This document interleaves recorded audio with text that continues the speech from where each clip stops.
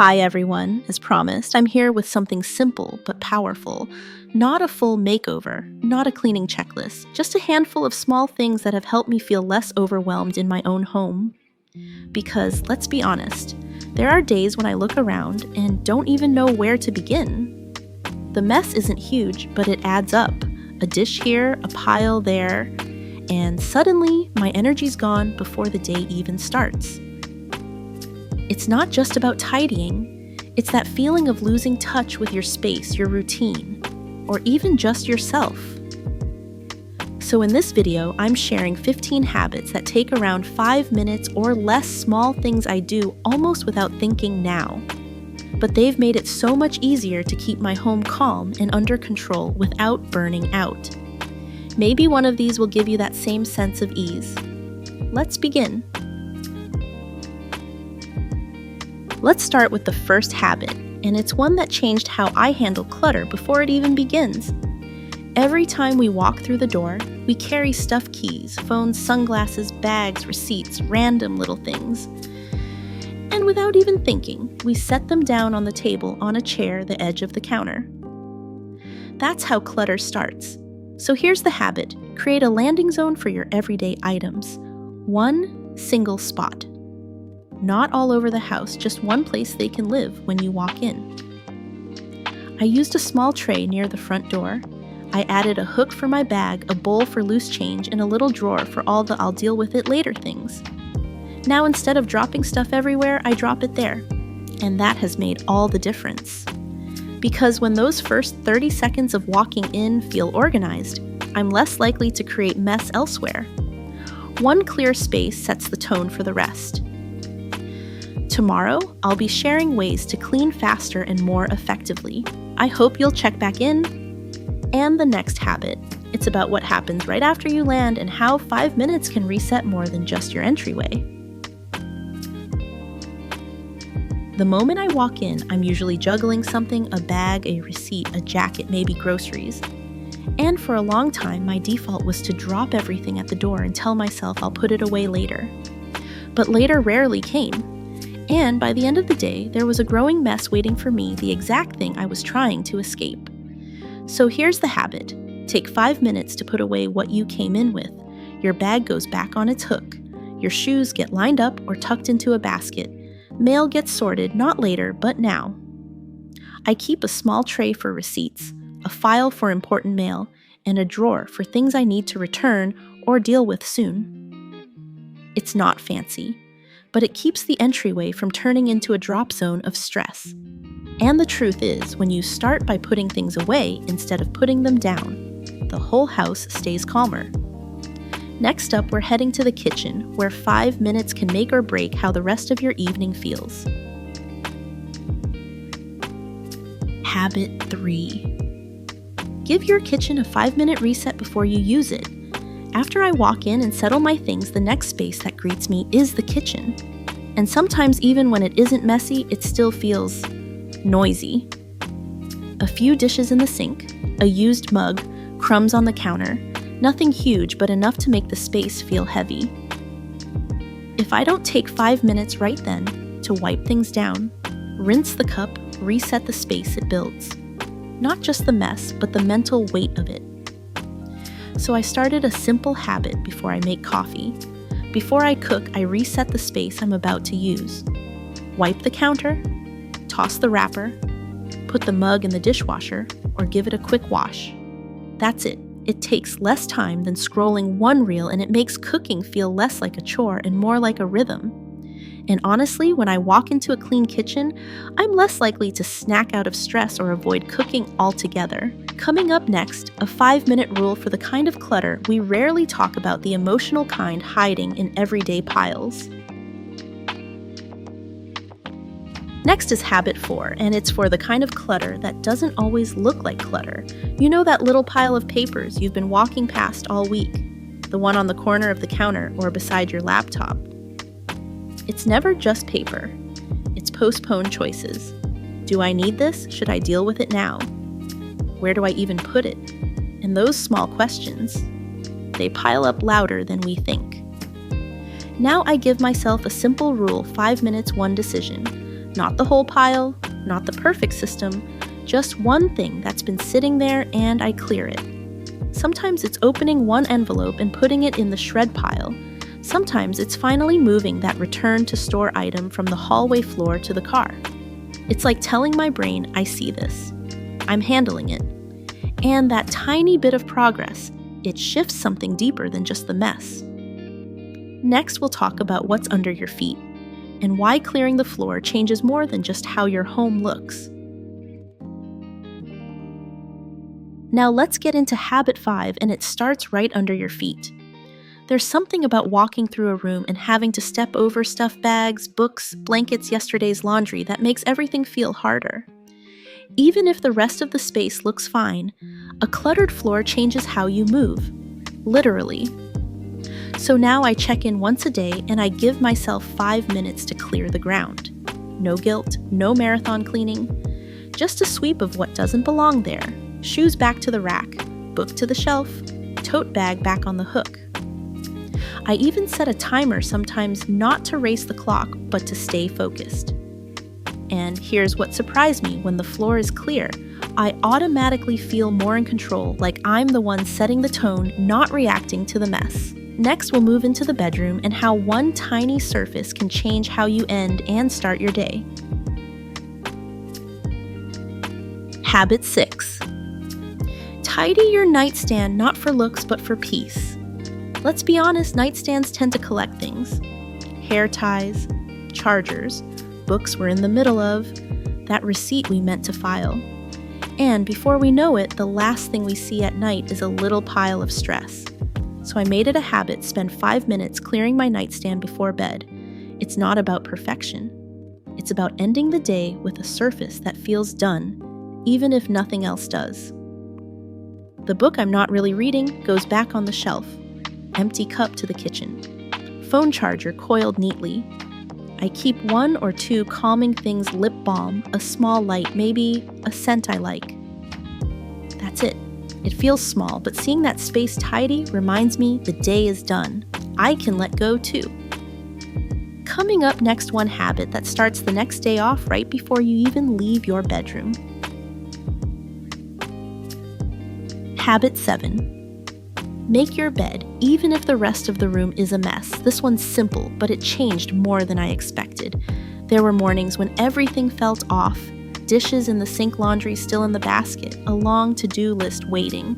But if I took just 5 minutes to make the bed, no fluffing, no hotel-style tucking, just straighten the blanket, something in me clicked. It's not about being neat. It's about creating one space that's not chaotic, even if nothing else is. Sometimes I even do it before I brush my teeth. Not because I have to, but because it gives me one small quiet win before the world starts asking for things. And when I walk past that bed later in the day, I see proof I did one good thing just for me. Next up, what happens when your kitchen counters stop being drop zones and start being reset zones? Habit 8. Take 5 minutes to reset your kitchen counters. Nothing fancy. We all have that one counter that catches everything: mail, grocery bags, dishes, chargers, things we didn't know where else to put. And the longer stuff sits there, the harder it is to see the surface, or feel like you're in control of your space.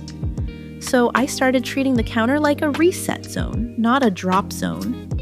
Before I leave the kitchen, after a meal, after coffee, anytime I take 5 minutes to clear it, mail into a tray, crumbs wiped, dish put away, spoon in the sink, done. It's not about keeping it spotless. It's about making it feel available, like the space is ready for me, not waiting on me. And when I walk into a kitchen that looks ready, I move through it with more ease, like the day has fewer obstacles. Coming up next, the 5-minute habit that keeps little messes from becoming full-blown dish disasters. Habit 9. Rinse and reset right after you eat. Even if it's just a snack, it's easy to think I'll do it later. 1 cup, 1 plate. What's the harm? But 2 turns into 5, then 10. And suddenly the kitchen feels too overwhelming to deal with at all.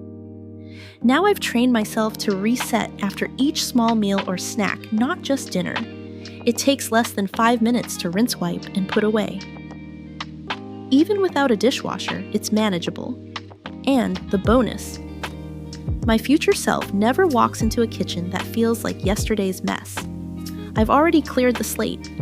Sometimes I even set a timer, not as pressure, but as a reminder this only feels big until I start.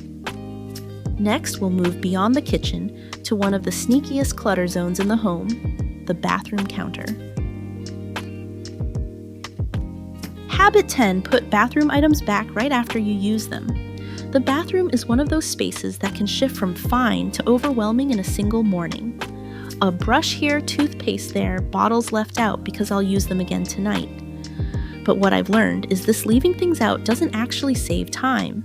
It just creates visual noise that drains me every time I walk in. So I made a new rule: take 5 minutes to reset the bathroom after getting ready.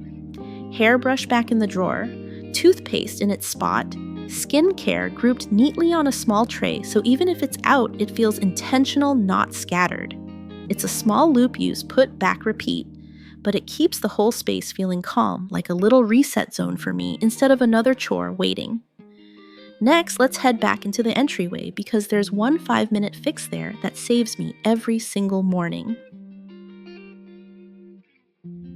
Habit 11. Give your daily carry items a home and reset them in 5 minutes. Mornings used to feel like a scavenger hunt. Where are my keys? Did I switch my wallet into the other bag? Where's my phone charger? The stress wasn't about being late, it was about starting the day already scattered.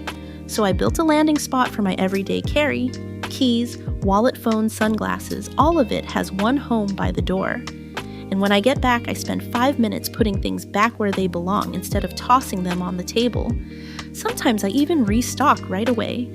Lotion in my bag, pen and notebook back in place. That way, tomorrow me isn't scrambling. It's amazing how something so small changes the whole tone of leaving the house. Calm and calm out. Next, we'll step outside for just a moment to tackle one tiny space that can either embarrass us or make every ride smoother. Habit 12. This one might surprise you because technically it's not even inside the house. You might think, why worry about the car? It's not part of my home. But here's the truth. If we don't clear the car, we end up carrying that clutter back inside: bags, bottles, receipts, trash. And that's how the mess multiplies without us even noticing. So here's the habit: before you walk inside, take 5 minutes to reset your car. Grab the coffee cup, the snack wrapper, the random jacket. Toss the trash, return the rest to where it belongs. It seems small, but it keeps your car from becoming a storage unit and it stops extra clutter from sneaking back into the house. The reward is simple. Every time you drive, the space feels lighter, calmer, and ready. Next, let's head back inside to the bedroom for a 5-minute reset that helps the whole room breathe easier. Habit 13. Spend 5 minutes clearing the surface you see before bed. The nightstand or dresser might feel harmless, just a few things left out. A book you're still reading, a charger, receipts, a glass from yesterday. But the truth is, it's often the last thing you see at night and the first thing you notice in the morning. So I made a habit: give this one surface 5 minutes of attention every day. It doesn't have to be styled or perfect. Just clear the extras and reset it to calm. My rule is simple. The book goes back to the shelf when I'm done. Empty cups straight to the kitchen. Chargers wrapped neatly. And I allow myself only 1 or 2 things that belong, like hand cream or a lamp. That way, when I head to bed, I'm not staring at unfinished business.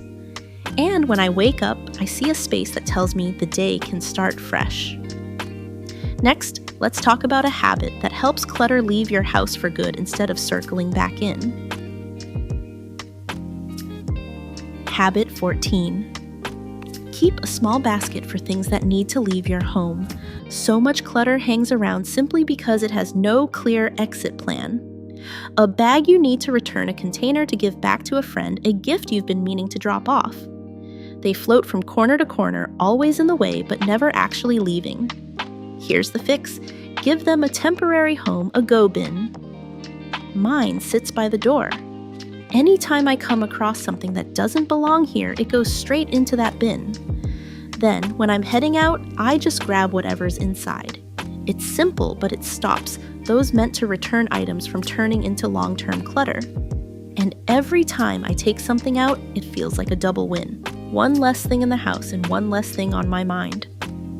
Finally, let's end with a habit that has nothing to do with objects, but changes how you carry yourself through the entire day. Habit 15. Get dressed for the day even if you're staying home. It might sound unrelated to clutter, but here's the truth: how we show up for ourselves often shapes how we treat our space. On the days I stayed in pajamas, I noticed I was slower, less motivated, and more likely to let little messes linger. But when I took 5 minutes to put on real clothes, nothing fancy, just something that made me feel like me, I carried myself differently. Suddenly, I was more likely to put the mug in the sink instead of leaving it out, more likely to fold the blanket instead of ignoring it. Those small choices add up because they start with how I feel in my own skin. So now, even on days when no one will see me, I still get ready. Not for the world, but for me. Because when I value myself, I naturally value my space too. And that's the last of the 15 5-minute habits, small shifts that make a home feel calmer, lighter, and easier to live in. By now, you've probably noticed clutter never really stops showing up. It sneaks in as mail dishes, random piles, and some days it feels endless. But the good news is you don't need hours or a perfect plan. Just a few 5-minute habits and suddenly your home feels calmer, lighter, more on your side. And honestly, the fact that you stayed with me all the way here, that means a lot. Thank you for giving me part of your day. I hope it gave you a little peace back. If this video made you nod along or even made you think I could try that, then I'd love if you hit the like button. That's how I know these ideas are truly helping. So thank you again for listening, for being here, and for caring for your space right alongside me.